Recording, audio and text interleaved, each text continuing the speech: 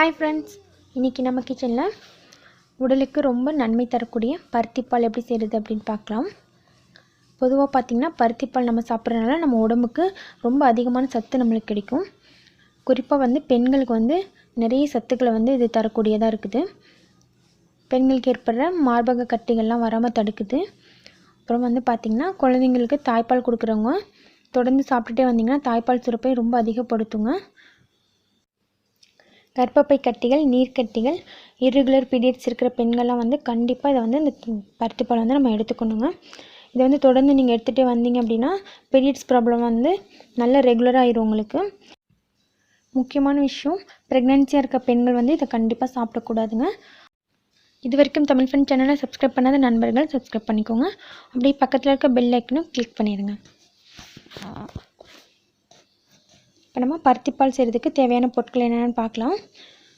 நான் இப்போ பாருங்கள், இந்த மாதிரி 1 கப் அளவு பருத்தி எடுத்துருக்கேங்க. இது பருத்தி நம்மளுக்கு பருத்தி கொட்டை கடையில் கேட்டிங்கன்னா உங்களுக்கு கொடுப்பாங்க. நம்ம எல்லா மளிகை கடைகள்லையுமே கிடைக்கும். அதை எடுத்து ஒரு குறைஞ்சது நம்ம ஒரு 6 மணி நேரமாச்சும் நம்ம தண்ணியில் ஊற வச்சுக்கணும்.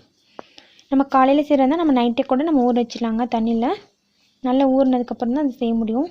1 கப்பு தேங்காய் பால், ஒரு 3 டேபிள் ஸ்பூன் போல் பச்சரிசி மாவு, அப்புறம் 1 கப் அளவுக்கு வெல்லம் எடுத்து வச்சுருக்கேன்.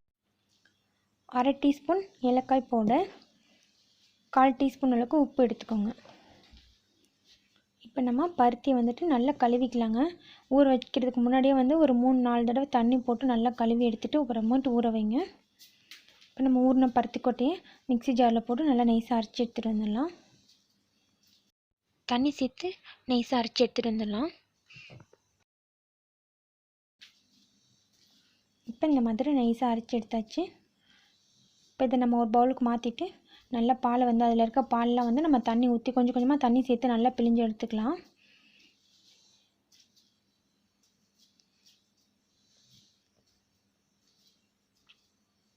நம்ம இதெல்லாம் குழந்தைங்களுக்கு அடிக்கடி செஞ்சு கொடுக்கும்போது குழந்தைங்களுக்கு உடம்புக்கு ரொம்ப ஹெல்த்தாக இருக்குங்க.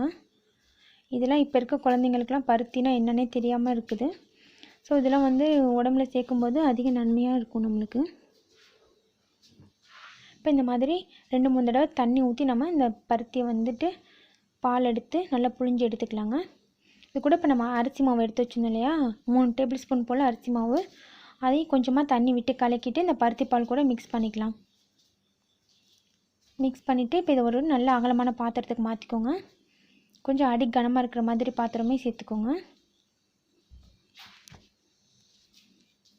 சேர்த்துட்டு இப்போ இதை நம்ம ஸ்டவ் ஆன் பண்ணிவிட்டு ஸ்டவ்வில் வச்சுட்டு நல்லா கிளறிக்கிட்டே இருக்கலாங்க. கொஞ்சம் அடியில் பிடிச்சிடாமல் நம்ம மாவு சேர்த்துருக்கனால அடியில் சட்டியில் ஒட்டிடும். அதனால் நம்ம கொஞ்சம் கலந்து விட்டுட்டே இருக்கணும். ஒரு 10-15 நிமிஷம் ஆகுங்க அது திக்காக வர்றதுக்கு. அது வரைக்கும் நம்ம கிளறிக்கிட்டே இருக்கணும். அப்போ தான் இந்த பருத்தியோட இந்த ஸ்மெல்லெல்லாம் போய் கொஞ்சம் நல்லா வாசனையாக வரும். 15 நிமிஷத்துக்கு அப்புறம் பாருங்கள், அந்த பால் நல்லா கொதித்து திக்காகி வந்துட்டுருக்கு.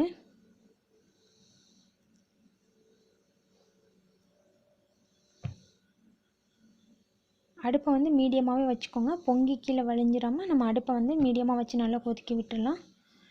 இப்போ நம்ம இது கூட எடுத்து வச்சுருந்த வெல்லத்தை சேர்த்துக்கலாம். ஏலக்காய் பவுடர், கொஞ்சமாக உப்பு சேர்த்துக்கலாம். சேர்த்துட்டு நல்லா கலந்து விட்டுருங்க. ஒரு 5 நிமிஷம் அப்படியே இருக்கட்டும்.